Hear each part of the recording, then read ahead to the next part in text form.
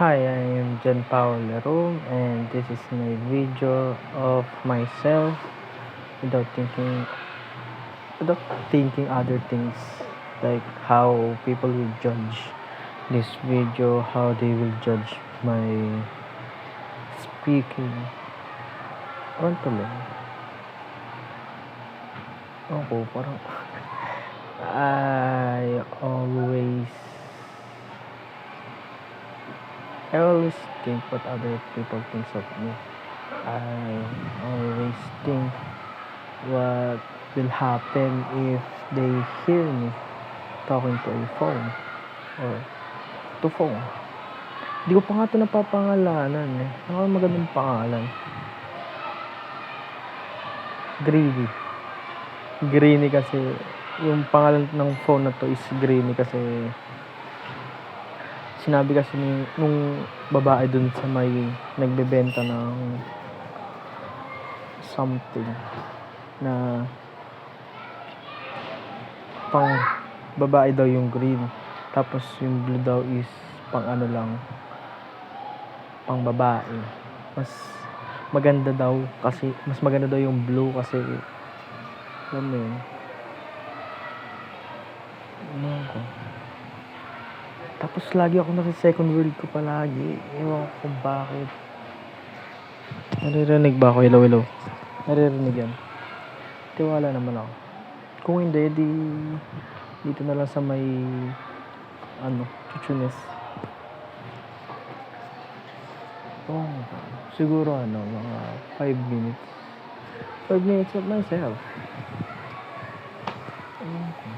Do I change ba? Nagbabago ako every time. Kasi sabi nga ni Sir Liseo, people do change. People change.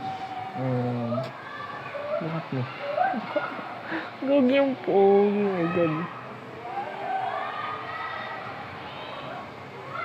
Ewan ko. Pogi naman ako, pero baba ng self-confidence ko dati. Like, mababa. I hate when people judge other people so that they can feel somehow relatable. Kasi alam mo yun, they feel like pag nasabi nila tong pangit ka, kumbaga, pangit ka, relatable sila sa buhay mo. Like, they can judge you, they can freely judge you. Kasi sila rin na-judge. Gusto nyo bumawi sa ibang tao through pagsabi ng mga sensitive fucking jokes.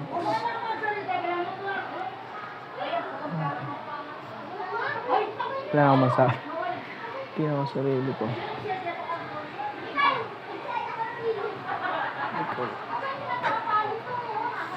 Post ko munang sabi ng tots ko, i-post ko to sa YouTube. Pero nasa isip ko, paano pag nakita ko ng ibang tao? Diba? I want to inspire, pero at the same time, wala akong pake. Hindi, at the same time, kapag inisip ko na gusto ko maka-influence ng ibang tao, feel ko hindi ko masasabi yung mga gusto kong sabihin. Like, maghahanap ako ng mga words na good words. Kumbaga, for example, it's okay not to be okay, ganyan. Pero hindi ko na-apply sa sarili ko yung ganun. Pero gusto ko yung kung ano sinasabi ko, na-apply ko sa sarili ko. Ayokong sinasabi ko lang. Yun yung nasa thoughts ko. Mas wala ng thoughts sa utak ko. In thoughts ko, sabi, it's okay to talk to a phone. It's okay to talk to somebody else. As long as you don't go insane and make pahamak with other people. Ayoko sumikat. I don't want people to know me. I just want to document my life. This is my life. Parang gano'n.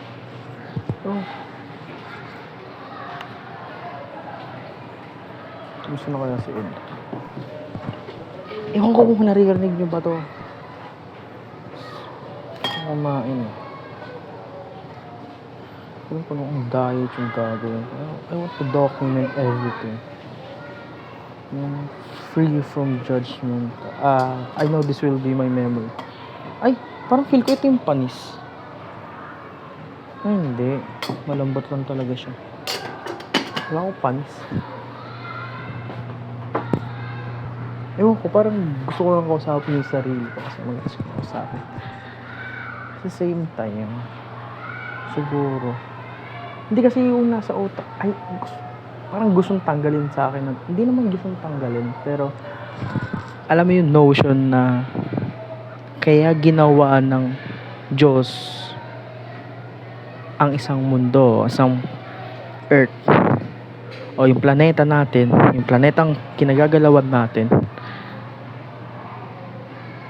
at maglagay ng napakadaming tao kasi dapat nagtutulungan tayo. Yun yung sinasabi ko kay Blood na ang dami nga natin sa mundo pero hindi tayo nagtutulungan. Anong point ko? Kumbaga, andyan kay, di dapat tulungan mo na ako even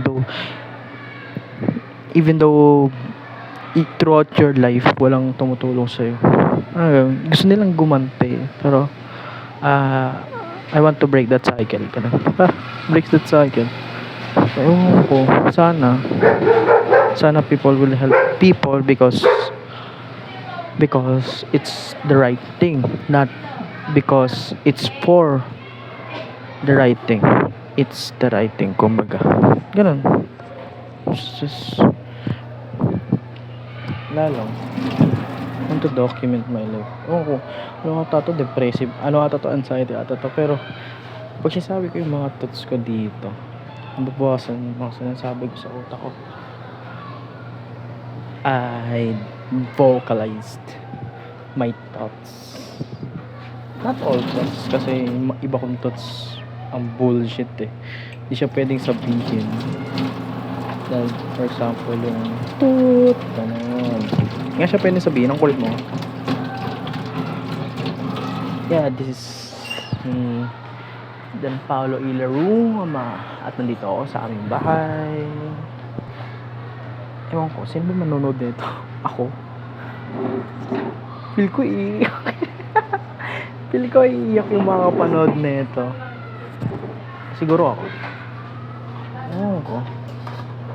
I fear judgment pa din. Wait lang.